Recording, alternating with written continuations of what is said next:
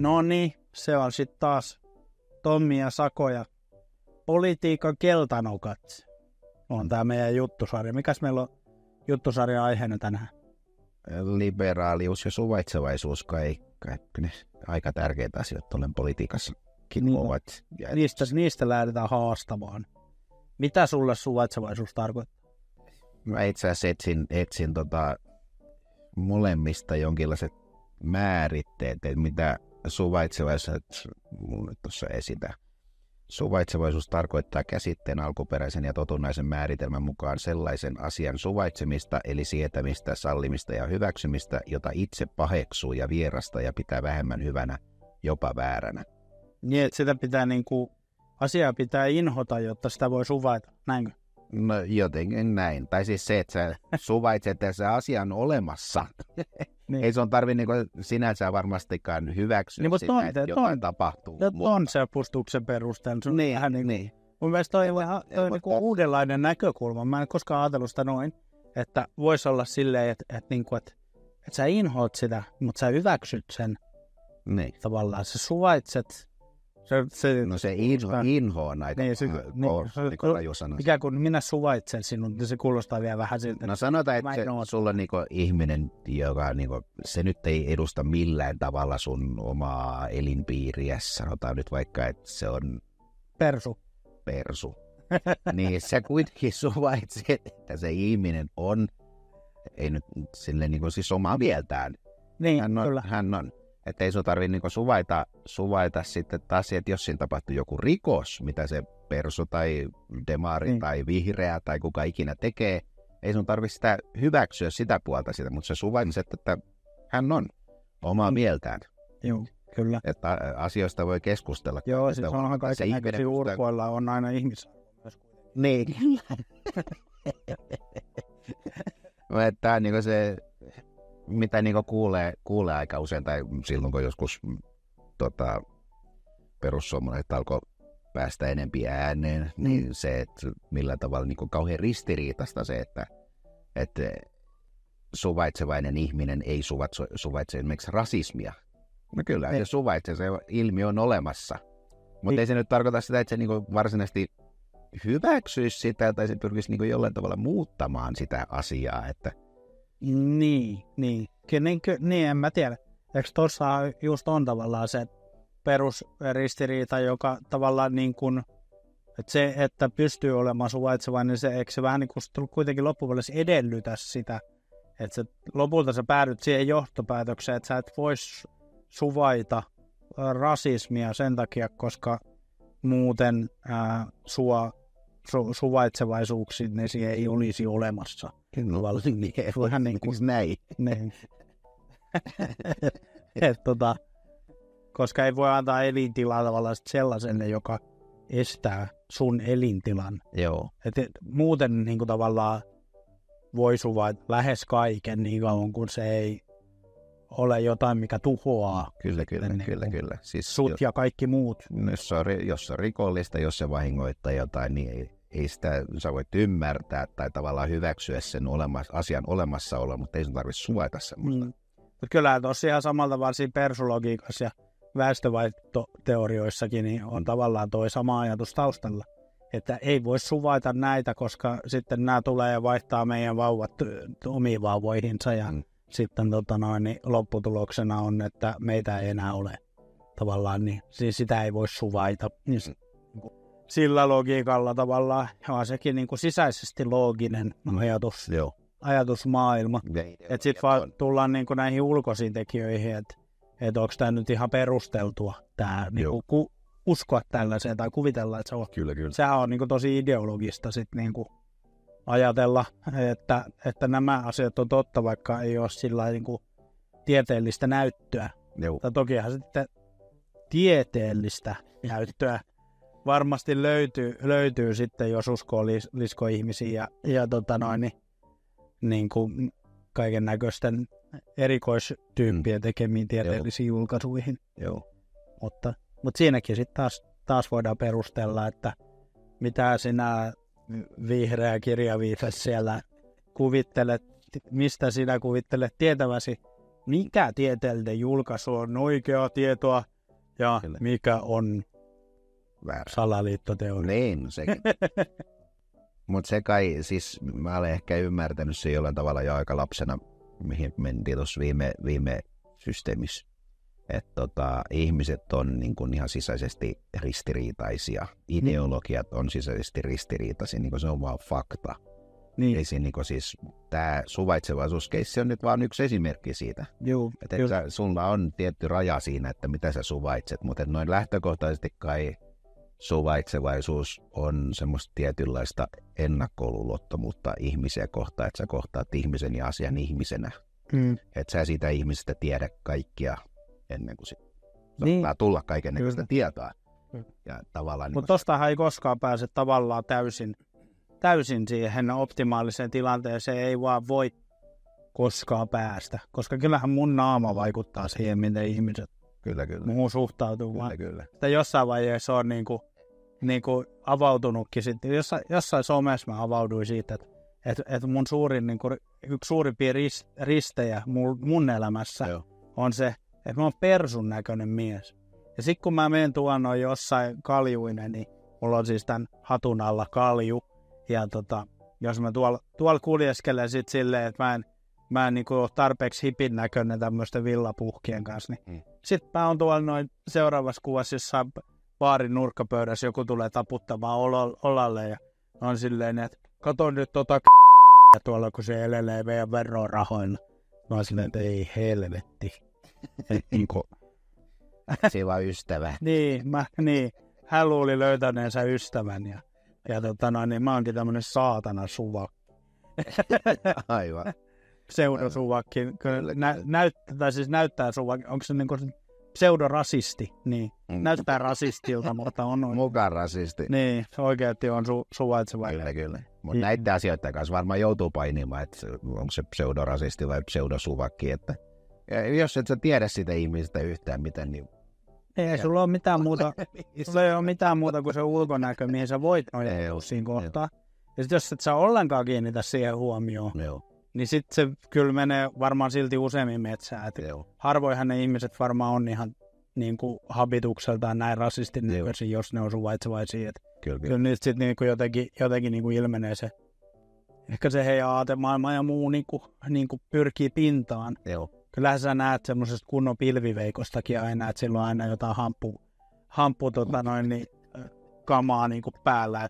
Että on joku hamppupaita, missä on käytetty jotain orgaanista hamppukangasta ja sitten voi olla rastat tai jotain muuta vastaavaa. Ne on niin kuin sellaisia stereotyyppejä, mihin sitten kuitenkin voi nojata aika hyvin, koska ne ihmiset haluaa tavallaan sitten identifioitua sen oman juttunsa kautta. Ja sitten on joku satunnaisempi pörssyttäinen, niin se ei ehkä näy sen päälle, jos ei halua identifioitua sen kautta.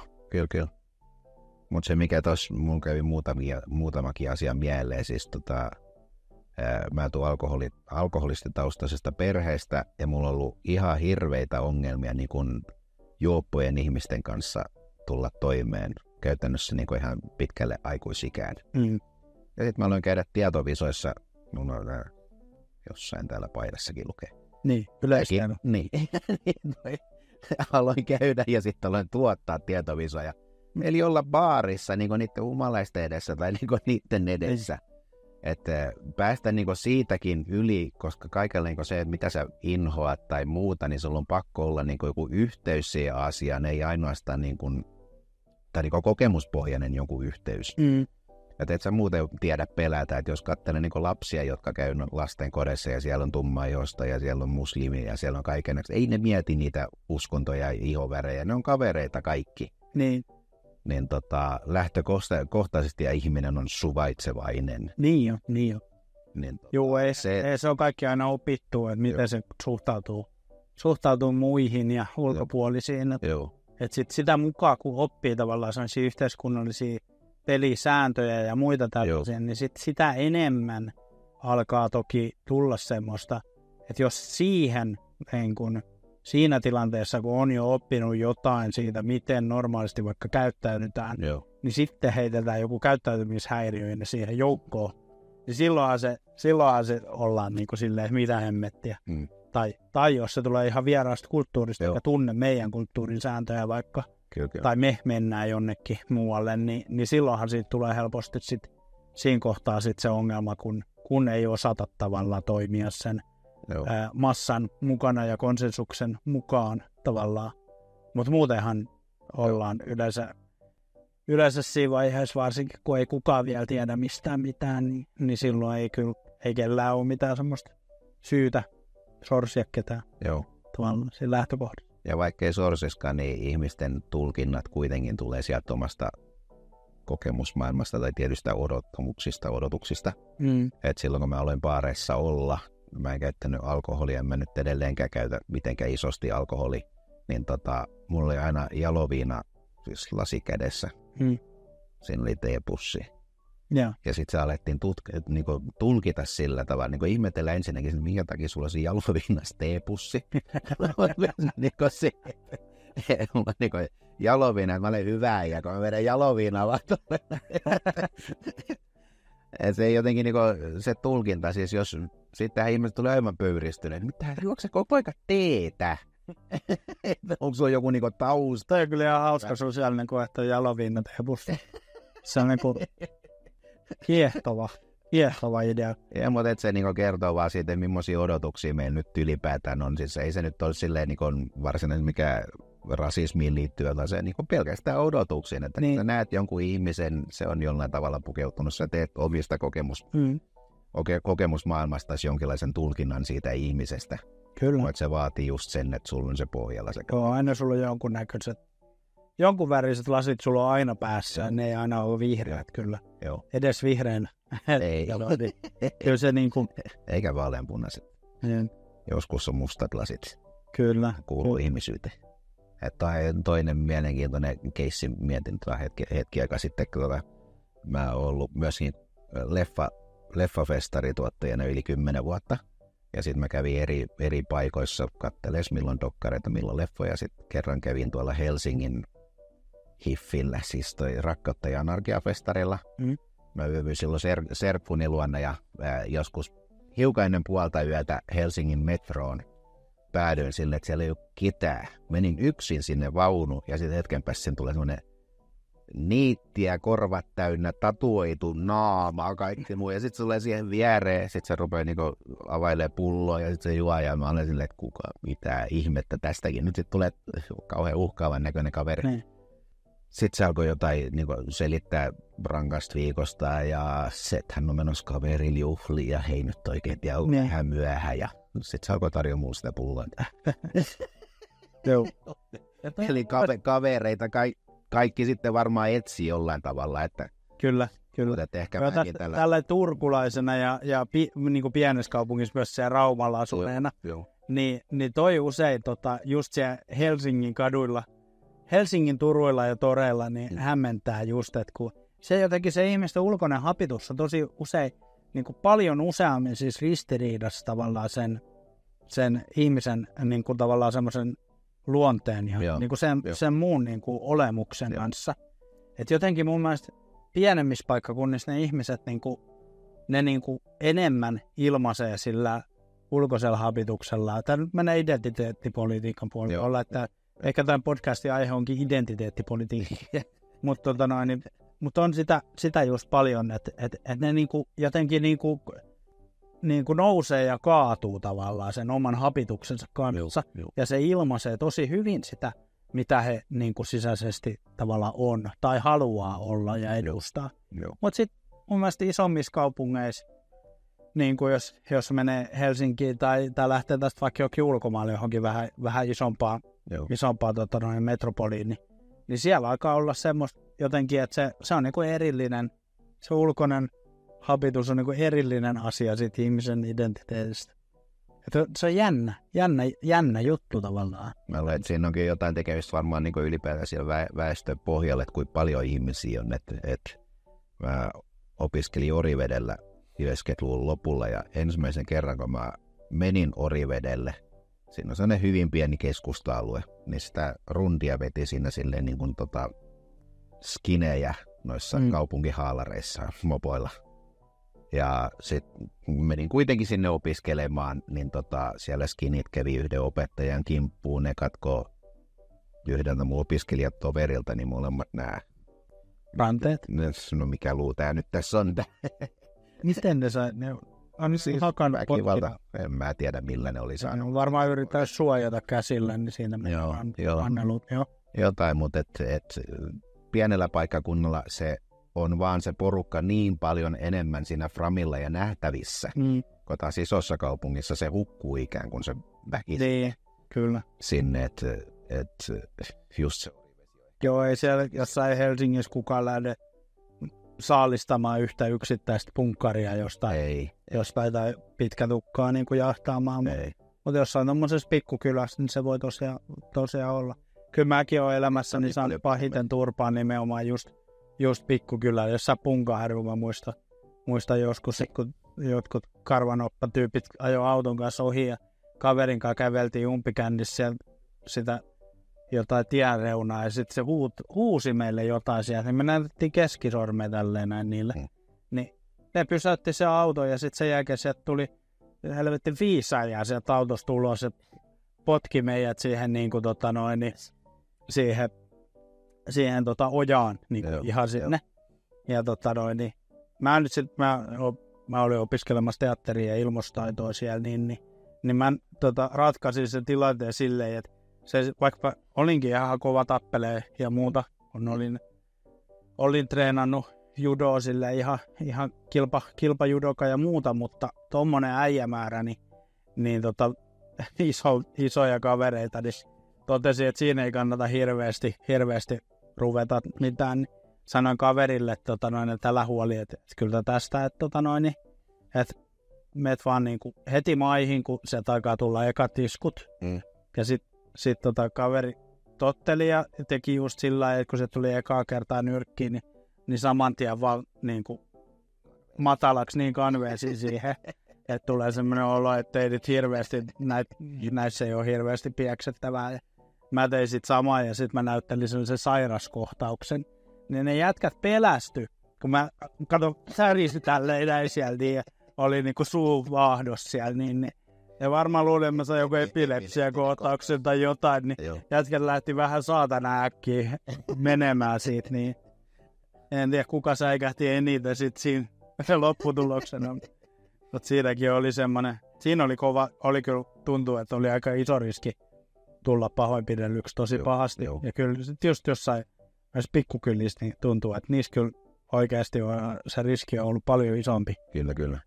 Kuin isossa kaupungissa. Toki isossa kaupungissa varmaan määrällisesti niitä tapahtuu enemmän, mutta prosentuaalisesti en usko.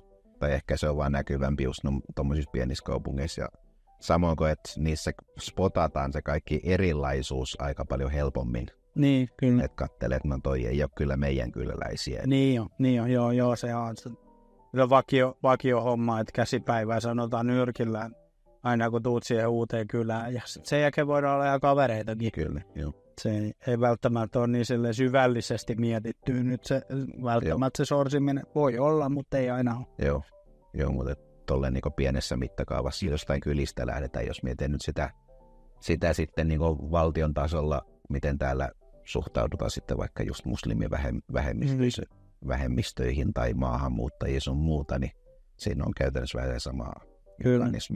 Joo, pikkukylissähän on vähän sitäkin just, että jos on tavallaan niin kuin sanotaan, että siellä on vaikka joku erivärinen tyyppi joukossa, niin siinäkin saattaa just olla niin, että sitä on saatettu katsoa ensin aikansa niin kuin jotenkin pitkään ja sitten sen jälkeen, kun se on sitten todettu ihan ok tyypiksi tai muuten, niin sen jälkeen sitä väriä ei niin kuin jotenkin edes näy. Että se tavallaan se sulautuu ihan täysin sinne. Kukaan paikallinen ei niin kuin enää hahmota ollenkaan sitä, että se on jotenkin erilainen. Että sitten se on vaan ne ulkopaikkakuntalaiset. Se saattaa saada sen takia turpaan, kun katsoo ja mitkään meidän omaa tyyppiä. Että se niin kuin muuttuu jotenkin ihan täysin, mutta isoissa kaupungeissa se ei koskaan tavallaan sit välttämättä sulaudu samalla tavalla siihen massaan, koska siellä aina koko ajan joku näkee sut ekaa kertaa. Kyllä. Ja suvaitse voisi olla aika paljonkin niin identiteetin kanssa tekemistä siinä, että kun se on identiteetti itsessään on niin eron tekemistä meidän, minun, sinun välillä, meidän, heidän välillä. Kyllä. Niin just tommoisilla pikkupaikkakunnilla ihmiset, kun tuntee toisensa, niin kauan ne on heitä, kun sä et niin kuin mene heidän kanssaan juttelemaan, heistä tuu niin kuin jollain tavalla sulle tuttuja, jonka jälkeen se voikin olla, että okei, no tämä on vaan tämä kaveri tässä. Kyllä. Näin se. On se nimi tai on se ihoväri mikä tahansa tai on se uskonnollinen tausta mikä tahansa, niin se on kuitenkin vaan ihminen, mahdollisesti kaveri. Joo, mä luulen, että uskonto on ehkä kaikkein hankalin semmoinen tavallaan niin kuin sulautettava tietyllä tavalla. Koska uskonto riippuu tietty vähän uskonnosta ja niin kuin muuten, mutta uskonto aina vaikuttaa yleensä ihmisten käyttäytymiseen niin paljon, että se ohjaa sitä. Että se, minkä värinen sä oot, se ei vaikuta periaatteessa siihen, miten te käyttäydyt tai muuta. Se vaikuttaa vaan siihen, miltä sä näytät. Eihän se ole sen kummempi kuin joku vaate tavallaan, paitsi että sitten noin vaan pääse eroon. Mutta sitten niin kun uskonto, että pitää tehdä tiettyjä asioita tai rajoittaa jotain tiettyjä juttuja. Että minkä takia mä muuten pidän näitä kuulokkeita kanssa. niin muotijuttu. Joo. Kun täytyy puhua vähän kovempaa kuin normaalisti, että tiedän semmoinen piilis koko ajan. Ei ennen. Joo. Mitä mä olin sanomassa? Niin, sitä, että väri ei vaikuta, mutta uskonto helposti vaikuttaa, koska uskonto ohjaa sitä käyttäytymistä ja voi aiheuttaa... Ideologiat yleensä ylipäätään ohjaa. On se, että vaikka mä olen tehnyt... Mutta jos ei saa syödä vaikka sikaa, niin sitten ei voi olla jossain sikafesteillä. No en mä tiedä, onko semmoista olemassa. Tai sitten, jos voi olla vaikka alkoholi, tai sitten jollain lestadiolaisilla. Mullakin tuttava piirissä on ollut joitakin lestadiolaisia, jotka on ollut silleen vähän sit puritaanisemmasta päästä, niin siellä on ihan silleen, että ne on niin kuin aivan kujalla jostain arkipäivän asioista sen takia, kun ei saanut katsoa telkkaria. Kyllä.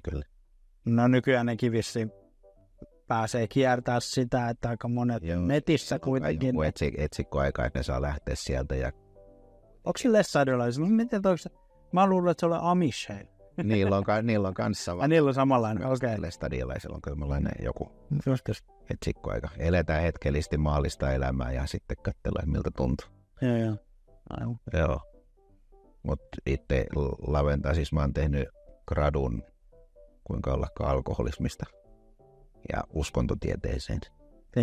Niin kyllä mä näen niinku sen hyvin laajana, siis sen, että mihin ihminen sitoutuu ja millä tavalla se vaikuttaa ihmisen käyttäjään. On se nyt sitten vaikka... Onko alkoholismi uskonto? No tietyllä spekseillä ajateltuna joo. Tai siinä on tietysti semmoista uskonnon muotoisuutta, ei se sinällä ehkä uskonto. Niin ei ole olemassa. Että se elämä Pyhän kosken ritualisoituu. Niin. Mutta sama niin taloudessa vaikka sijoittamisesta tai rahapeleistä voi muodostua semmoisia, että niistä tulee semmoisia pallitsevia käytäntöjä, jotka ohjaa sun toimintaas ja ajattelua tai ehkä toisinpäin. Kyllä. Et siinä nähden niin vaikka itsekin pieniä sijoituksia tekee, mutta saattaa olla tiettyjä ajatuskantoja sitten semmoisia, jotka ansaitsee jotain miljardeja sillä. Voi olla pieni ennakkoluulo ja tämmöisiin tai jotain muita.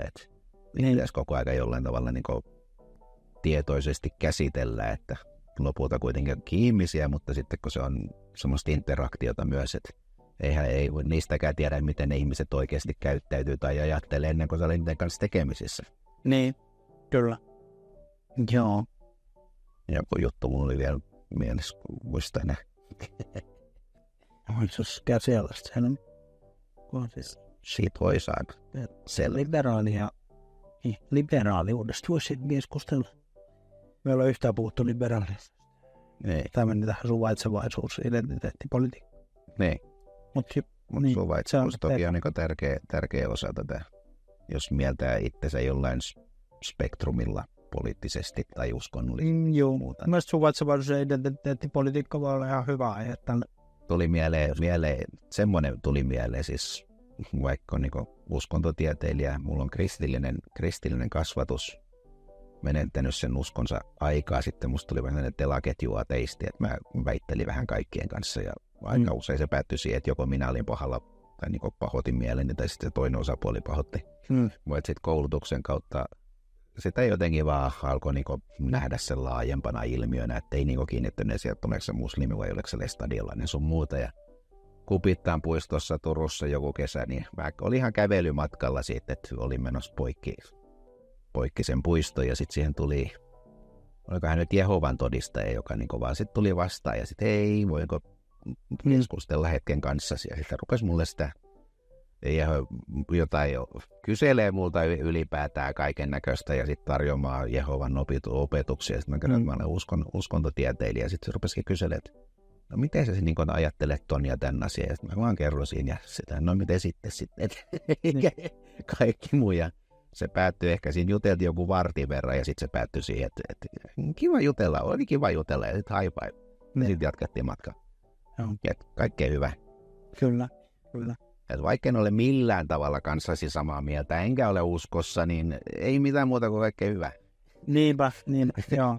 Et siinä ehkä niinku se suvaitsevaisuus jollain tavalla niinku kristalloituu se, että vaikka olen nyt aivan niinku eri mieltä kuin mun kanssa, niin silti me voidaan sanoa käsipäivää ja hei. Kyllä. Ja sitten tavallaan, niinku, vaikka historiahan on niinku tosi verinen, ja silleen, mutta kyllähän niinku menneinä aikoina ihmiset on ollut paljon suvaitsevaisempia.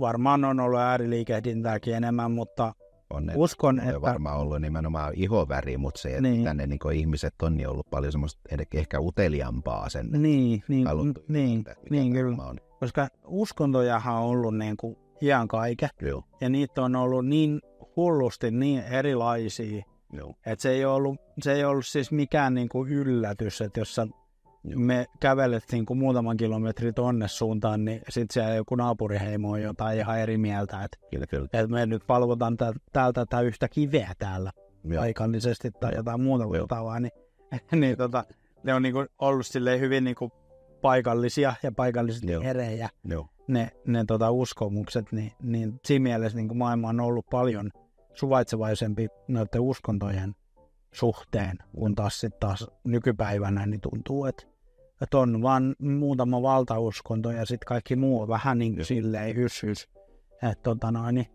Ehkä silloin aikaisemmin siihen liittyy uteliaisuus ja nyt ollaan ikään kuin tiedetään jo mitä ne uskonnot on, mutta ei niitä kuitenkaan ihmiset saattaa lueskella toisesta uskonnosta, mutta eihän ne ymmärrä sitä mitä se käytännössä on ennen kuin ne on itse siinä uskossa. Kyllähän se tämä kristiuskossakin, niin siinähän se on niin kuin nerokas se mekanismi tavallaan, että vaaditaan niin kuin sitä, että on vain yksi Jumala, että minä olen sun Jumalasi ja sinulla ei saa olla muita jumalia. Ja sitten se tavallaan, sillähän saa sitten ne silmät suljettua kaikelta ympäriltä olevalta ja sitten tavallaan niin kuin itse niin kuin koko Raamattu julistaa koko ajan sitä, että se on ainoa uskonto. Tavallaan. Ihan kuin ei niin kuin muita olisi. No siis, niitä on kolme niitä abrahamistiset uskonnot, juutalaisuus, kristinusko ja islam. Niin. Ja sitten mikä on niin kuin kristinusko ja islamin suhde keskenään, jos miettii niin samaa juurta. Niin. Niin kuin käytännössä sama tarina, samat kaikki pohjat, mutta ei niin kuin, se on. No ehkä juutalaisuus ja islam ehkä niin kuin paremmin menisi tässä, että kristinusko on niin kuin vähän uudempaa, toisella tavalla ajattelee, mutta kaikilla on se sama pohja. Niin, mutta sitten eikö tossakin ole tavallaan eräänlainen ristiriita siinä, että sitten taas niin kuin, tässäkin on niin kuin semmoinen kristiuskossa se tosi puritaaninen osasto, joka nimenomaan sitä vanhaa testamenttia painottaa ja sitten ollaan hirveästi niin kuin se historiallisen kaiken kannalla. Ja sitten tuossa on kaksi muuta vanhempaa niin kuin suuntausta tavallaan, tai ei suuntausta, vaan abrahamilaisia uskontoja, niin jotenkin luulisi, että sitten luulisi luiskahtavan niihin, mutta eipä luiskahda. Ei, myös sotii koskena. Niin. Se logiikka ei ulotu niin pitkälle, että tulisi semmoinen mieleen, että mennään nyt tähän, aloitetaan vaikka, mennään tähän vanhimpaan. Ei sovi, koska tässä on paljon parempia juttuja mun mielestä. Kyllä. Asiasta ei keskustella. Mielipiteistä ei keskustella. Niin. Mutta se on vähän semmoinen, että siinä on 3 veljestä, jotka on kaikki riidassa keskenään.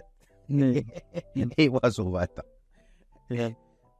Joo, mä en ole itse en ole uskonnollinen.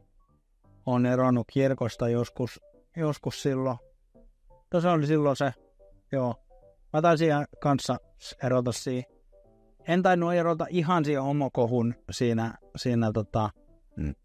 niin kuin heti siinä, mutta mä erosin sitten vähän myöhemmin. Joo. Mä ajattelin, että en mä nyt tässä massan mukana halua erota. Joo. Mutta sitten mä pohdiskelin asiaa ja sitten totesin, että no ei tässä kirkolla kyllä ole kauheasti mulle mitään annettavaa.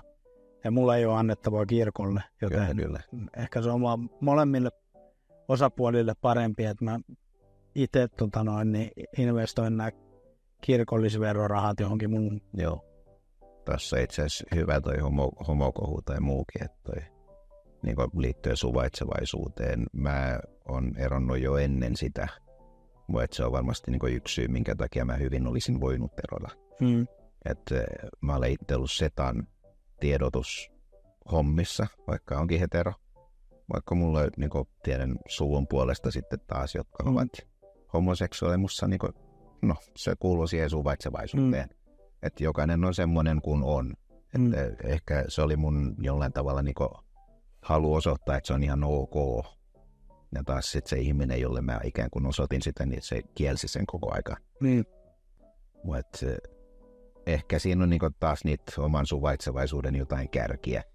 Että hyväksyy toisen ihmisen semmoisen, ihan sama mitä sä edustat. Mutta niin kauan siinä ei ole mitään rikosta ja sä et satuta ketään, niin kaikki ok. Kyllä, joo. Joo, niin kauan kuin ideologiaan ei kuulu, että kaikkien muiden on kuoltava. Esimerkiksi. Tai jollain tavalla kärsittävä. Niin sinänsä ihan ok. Joo, ja kyllä se näin on myös, että kyllähän kaikkein julmimpienkin diktaattorien kanssa pitää pystyä istumaan samaan pöytään, jos haluaa vaikka jotain diplomaattista juttua harjoittaa. Et luin tuossa jossain vaiheessa, jos esimerkiksi tuon Martti Ahtisaaren elämänkerran, niin siellä on kyllä kovia juttuja just niin kuin tuohon liittyen tavallaan, ja miten hän psykopaattimaisen rauhallisesti pystyi hoitamaan niin neuvotteluja. Se on joku huikea äijä ollut se Ahtisaari. Mutta se on just edellyttänyt sitä niin, että et sä voi niinku minkään diktaattorin kanssa mennä sinne niinku takki auki neuvottelemaan. Kyllä. Oot silleen niin, että hei äijä, sulla on ihan paskat ideat. Että ei sitä voida mennä kyykyttää sinne tai muuten se pommitetaan jollain ydinasein ja hatuusan uskaksi. Lähtökohta on kuitenkin sitten se niin, että sellaistenkin kanssa pitää sitten pystyä keskustelemaan ja täytyy löytää sieltä sitten ne yhteiset agendat ja yhteiset arvot, että voi silti olla samoja päämääriä jopa ihan kaikkein kauheimpien ihmisten kanssa. Mä olen, että silloin kun mulla oli vähän tämä telaketju ateistivaihe, niin mulla on hirveä tarve sanoa asioita. Mutta sitten kun se jäi taakse, niin yhtäkkiä se tuli paljon tärkeämmässä, että sä kuuntelet. Joo. Ja se on just tämmöisissä keskustelupöydissä muissa varmaan semmoinen, että sun täytyy kuunnella, sun täytyy kuulla ja yrittää edes ymmärtää, mitä se toinen kyllä pohtii mielessänsä. Jep. Joo, kyllä se kuuntelemisen taito on itsellekin muodostunut semmoiseksi eräänlaiseksi supervoimaksi sitten myöhemmin. Et nuorempana, kun ei oikein tiennyt mistään mitään, tiedä kuinka paljon nyt vieläkään tietää mistään mitään, mutta se niin, että ei voi oppia, jos on koko ajan suuna päänä puhumassa. Kyllä. Kyllähän tässä nyt podcastissa suu tietysti käy koko aika, mutta niin tässä ulkopuolella tulee kyllä huomattavasti enemmän kuunneltua juttuja. Kyllä. Ja ihmisiä. Joo. Ja niin se kuuluu olla varsinkin, jos niinku miettii, että haluaa jotain oppia. Niin, että itselle sekin on ollut niinku ihan akateemisesti tärkeä, että sä et kuuntele vaan niinku hyviä asioita sun muita, vaan sä oot valmis ottamaan vasta myös sen kritiikin. Et käytännössä on niinku oikeastaan ainoa semmoinen tie, millä sä saat jotain uutta oppia. Kyllä. Se, että sä saat kritiikkiä ihmisiltä. Joo, mulla oli tuossa, kun mä olin eka kertaa kuntavaaleissa ehdolla, niin silloinkin oli vähän sitä hommaa just, että silloin tiedostin sen, että mä en nyt oikeasti hirveän paljon politiikasta ymmärrä, enkä tiedä vielä yhtään mitään. Sama. Joten sitten lähdin vähän sillä kulmalle, että että kertokaa mulle te muut, että mitä te haluatte. Joo. Mä ajan, että mulla on tästä yksi agenda, tämä yrittäjien asia. Että ja silloin oli siis, mä oon vielä luovan alan yrittäjä, niin se on selvää, että siinä koronakurimus kuritti meitä niin paljon, että silloin mietin, että tässä on nyt pakko niin kuin lähteä ihan vaan sitä varten liikkeelle, että jotta tuolla olisi yrittäjiä tekemässä sitä päätöksentekoa asioista ja miten linjataan juttuja. Koska jos he ei ole siellä, niin ei kukaan muu aja tai huomioi heidän niin kuin tarpeitaan. Ja silti yrittäjät on niin hirveän suuri ryhmä. Että ajattelin, että muusta politiikasta mä en nyt hirveästi tiedä, mutta kyllä mä tiedän ne tarpeet, mitä pienyrittäjällä on. Se on niin semmoinen osa-alue. Ja sitten sama koskee myös sit luovan alan ihmisten muuten, että tiedän kyllä taiteilijoiden ja myös kuvataiteilijoidenkin haasteista, mutta erityisesti musa-alan tyyppien tekijöiden ja artistien haasteista. Ajattelin, että se on niinku semmoinen kärki. Kyllä ne on nytkin kärkiä, mutta nykyään tiedän niin paljon enemmän muistakin asioista. Kyllä. Silloin oli vaan se niin, että kertokaa te mulle mitä. Kyllä. Osoittakaa mun luulot vääriksi ja muuta semmoista, että oli vähän se ajatus. Aika vähän loppupeleissä tulee maalikoilta. Sitten on oppinut, että nyt kun on ollut mukana politiikassa tämän 4 vuotta, niin olen huomannut, että maallikot aika vähän oikeasti tietää ja ymmärtää niitä päätösten niin kuin taustoja, että miksi vaikka, jos kysyn perusturkulaista, minkä takia vaikka joku ratikka pitää tehdä, niin ei, ne perusteet ei ole niin kuin, että ei ne niin kuin ajattele, että siihen olisi joku syy, minkä takia se kannattaisi tehdä. Vaan ne on niin kuin vaan silleen, että joko ne haluaa sen, koska se on siisteä, tai sitten ne ei halua. Joku on sanonut siitä, että tarvitsisi olla. Kyllä, tai sitten ne sanoo, että ei ne halua sitä, koska se on turhaa. Ja rahaa menee hirveästi. Kyllä. Ei ne mieti silleen, että tarkoittaako se jotain arvonnousua jossain niin asuinalueella tai jossain varissuolla tai lisääntyykö niin kuin tämmöinen tavallaan integraatio, purkaako se jotain segregaatio, kun paikasta pääsee toiseen nopeammin tai olisiko sillä tämmöisiä ekologisia ulottuvuuksia tai muuta. Ei esimerkiksi mietitään niin kuin tämmöisiä takaisinmaksuaikoja ja muita, niin siellä on aika paljon semmoista. Tämä ei kyllä itse asiassa kuulu tähän teemaan yhtään. No sekäli, että oppia pitää tulla ja ihmisiä pitää kuunnella. Se vaikka itse olisi samaa mieltä jostain ratikkajutusta sun muista, niin joku saattaa semmoista kaivata, mutta kiinnostavaa niissä aina tietysti se, että mihin se pohjautuu, se heidän luulonsa, mitä nyt on seurannut sitä Yhdysvaltojenkin politiikkaa. Kyllä, no, siis ne toistelee vaan sitä, mitä muut toistelee, eikä minkä takia. Kyllä. Joo, siis semmoista on tosi paljon. Meeminä menee ne perustelut tavallaan eteenpäin. Ja mähän olin nimenomaan ei nyt kauan kiihkomielinen, mutta olin kuitenkin ratikan vastustaja oikein silloin 4 vuotta sitten vielä, kun tulin politiikkaan. Mutta sitten mä sain tietoa siitä asiasta ja jouduin perehtyä siihen. Ja sitten mä olin silleen, että ei vittu, mä olen tyhmä. Mulla ei oikeasti ole ollut mitään kompetenssia olla siitä asiasta yhtään mitään mieltä, koska se on aika paljon monimutkaisempi ja mittavampi hanke kuin mitä sitä sit loppujen lopuksi on vaan niiltä tietopohjilta tajunnut. Ja paljon tätä on tosi paljon noissa kunnanvaltuustoon liittyvissä asioissa ja varmaan muutenkin siinä päätöksenteossa ylipäänsä. Mutta toi on varmaan suvaitsevaisuuteen liittyvä esimerkki myös siitä, että kuinka hataralla tiedolla loppujen lopuksi ihmiset tuomitsee asioita tai tekee päätöksiä. Niin, eihän se tarvitse, kun jonkun vaan laittaa joku hirkeä huhu liikkeen. Joo, tai sitten sulla on vaan pohjalla oleva joku käsitys asioista ja sitten joku syötää sulle pensaa liekkeihin, että niin näinhän se on. Joo, kyllä. Näin olen aina ajatellut. Joo, kyllä. Joo, siis tämmöiset on kaikki kaikki on tosi paljon tulee tällaisia kaiken näköisiä ja sit siinä on just että ihmisethän uskoo varmuuden vuoksi asioita, joita ne pelkää.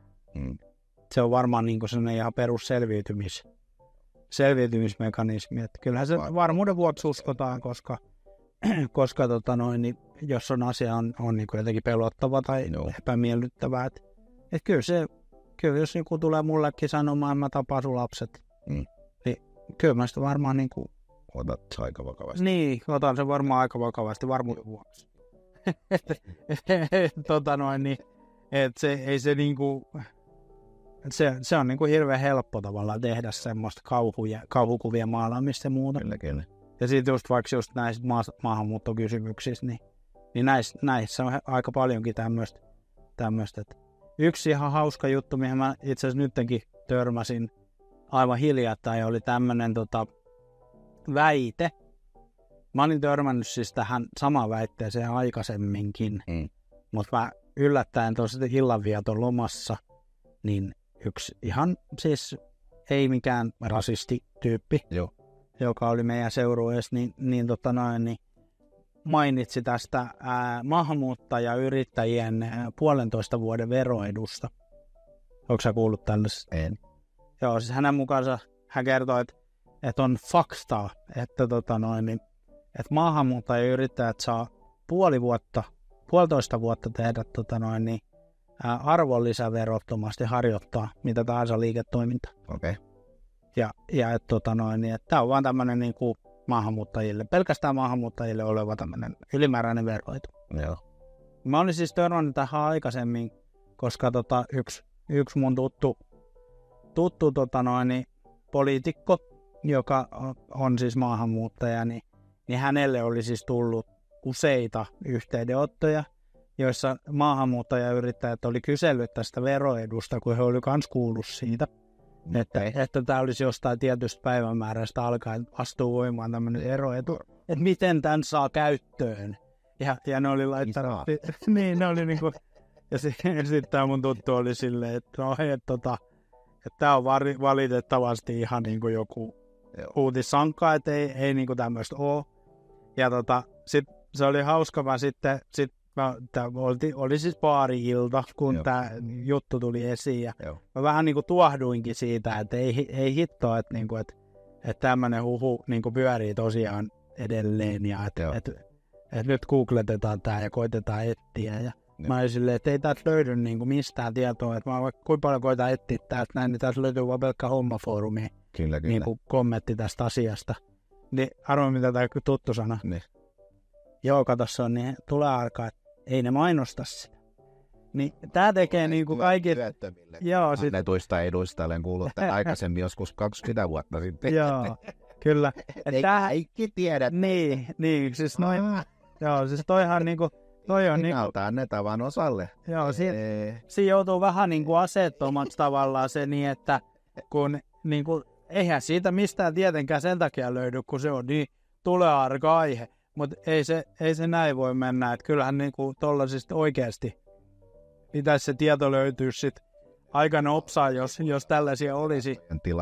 Sivuilta löytyy se tieto. Kyllä, mutta tämmöiseen se tavallaan niin kuin, silloin sä joudut niin kuin ikään kuin varjonyrkkeilemään tavallaan, että koska siellä toisella puolella ei ole mitään, niin se on jopa tehokkaampi semmoinen, että tässä tapauksessa mä en pystynyt osoittamaan tälle tyypille vääräksi sitä, koska mä en löytänyt lähdettä, jossa eksplisiittisesti ilmoitetaan, että tällaista 1,5 vuoden veroetua ei ole olemassa. Koska sitä ei ole koskaan säädetty ja sellaista ei ole koskaan ollut, niin ei ole myöskään sitten tietenkään lausuntoa olemassa, että sellaista ei ole. Mutta siellä hommafoorumilla ja jossain MV-lehdessä, niin sellaisissa niistä voidaan vouhkata. Siis noi jutut on just semmosia, mitkä iskee sitten niin tunnepuoleen ja propaganda just semmoinen, että se siellä sinne käytännössä kateuteen, vihaan, kaikkiin pelkoihin. Kyllä. Perusprimitiivisiin, negatiivisiin tunteisiin tähdätään kaikki propaganda, koska se saa ihmiset niin toimimaan. Joo, sitten siellä on niin joku, tiedäksä, joku perä jossain autotallissa vääntää siellä niin mutteria, sit se pohtii siellä niin, että saatana ne maahanmuuttajat tulee tänne näin ja tekee tätä samaa hommaa 4 halvemmalla, kun minä perkele en saa tällä ruokittua perhettä.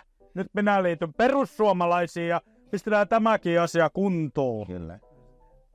Niitä on jollain tavalla suvaitsevaisuuteen. Kyllä. Pienen mutkan kautta. Jep.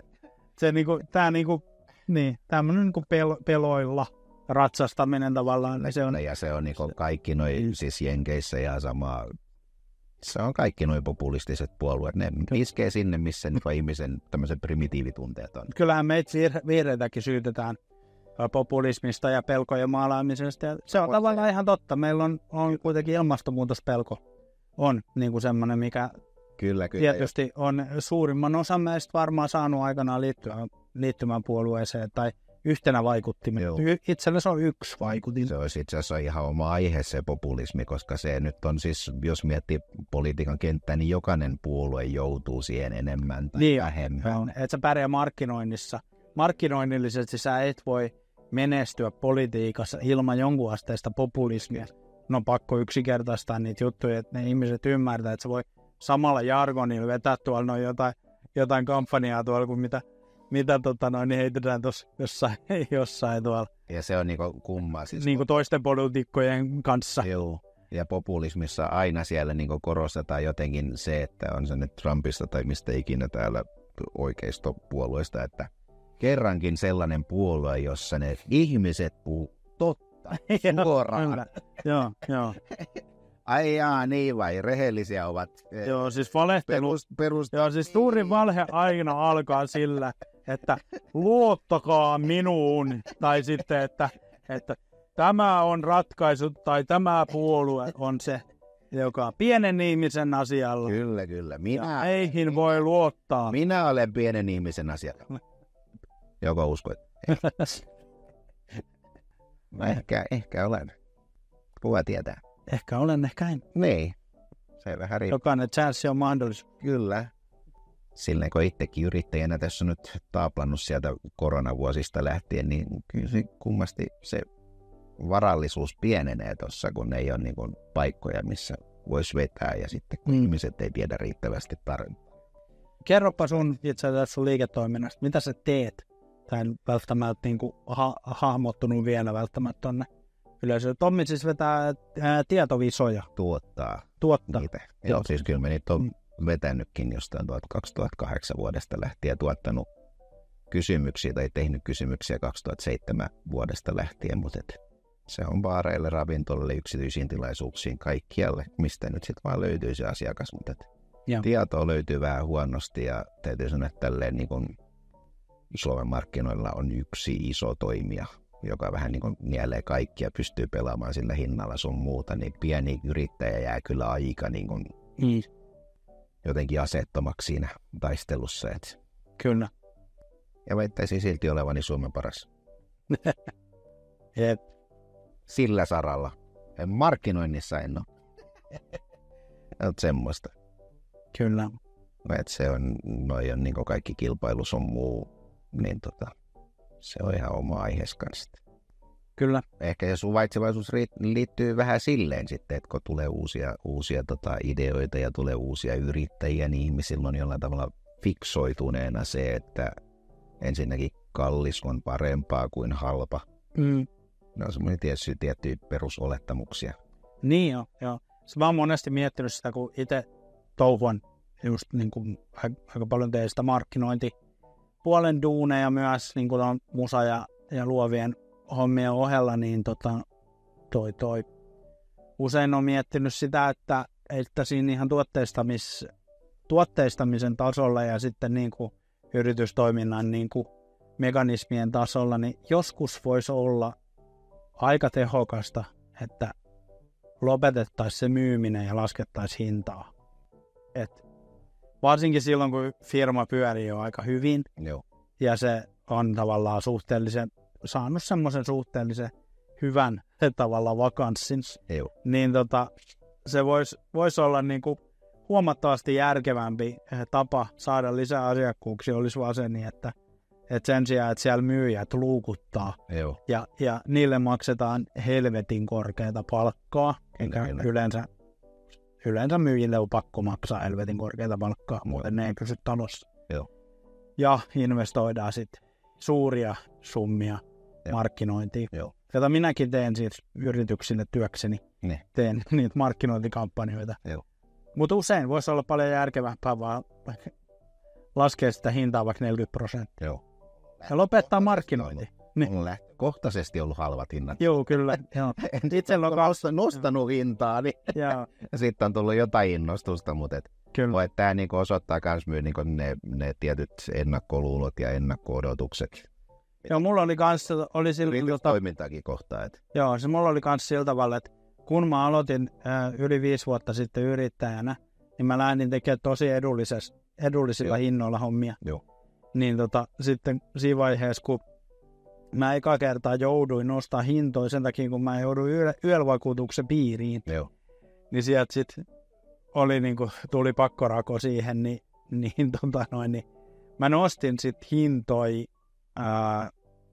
olisiko ollut 4, 3. Okay. Varmaan, niin, 3. Niin, siis kyllä, joo. Joku 25-30%, jotain tämmöistä. Ja niin, kauppa rupesi käymään paremmin. No, se on silleen, että okei, että selvä. Odotuksia. Tämä on varmaan tämmöinen joku... Yrittäjilläkin on omat odotuksensa. Joo, kyllä. Että se oli tämmöinen varmaan joku vakuuttavuus. Joo, kyllä. Että se ei ollut uskottava, kun hinnat oli liian alhaiset. Kyllä. Käy mulle. Mutta sekin on taas tätä suvaitsevuus juttu, että niin kauan kun sä et tunne, sä et tiedä, niin millä sä teet niin sen. Joo, siis sä oot aina kaikkien ulkoisten signaalien varassa siihen asti. Että tuossa tapauksessa hinta ei ole se ulkonäkö tai mitä kuttelet, se edustaa uskonnollisesti. Niin kyllä. Näet hinnan, niin ei mitään piiperrystä. Jep. Semmoista. Sitten voisi olla taas oma aihe se niin toi talous ja yrittäjyys. Joo, siitä voisi kyllä tehdä varmaan ihan omankin podcasti. Laittakaa sinne, jos katsotte YouTubesta tätä näin, niin pistäkää kommentteihin, että haluatteko te kuulla tuosta yrittäjyydestä hinnoitteluasioista. Epämääräistä korinaa. Niin, lisää epämääräistä korinaa. Joo, palataan tähän varsinaiseen teemaan, joka oli identiteettipolitiikka vai? Suvaitsevaisuus ja liberaalius. Ei me ehditty liberaaliutta. Ei ollakaan, puhutaan liberaaliudesta mitään. Joo, ehkä me muutetaan tuo otsikko, että se on se suvaitsevaisuus. Se oli suvaitsevaisuus niin, tällä kertaa. Suvaitsevaisuus ja identiteettipolitiikka. Onko meillä identiteettipolitiikasta joku syvä? Ei, kyllä se on pelkkä suvaitsevaisuus tällä kertaa. Se on pelkkä suvaitsevaisuus. Selvä. Mennään tällä. Kiitos.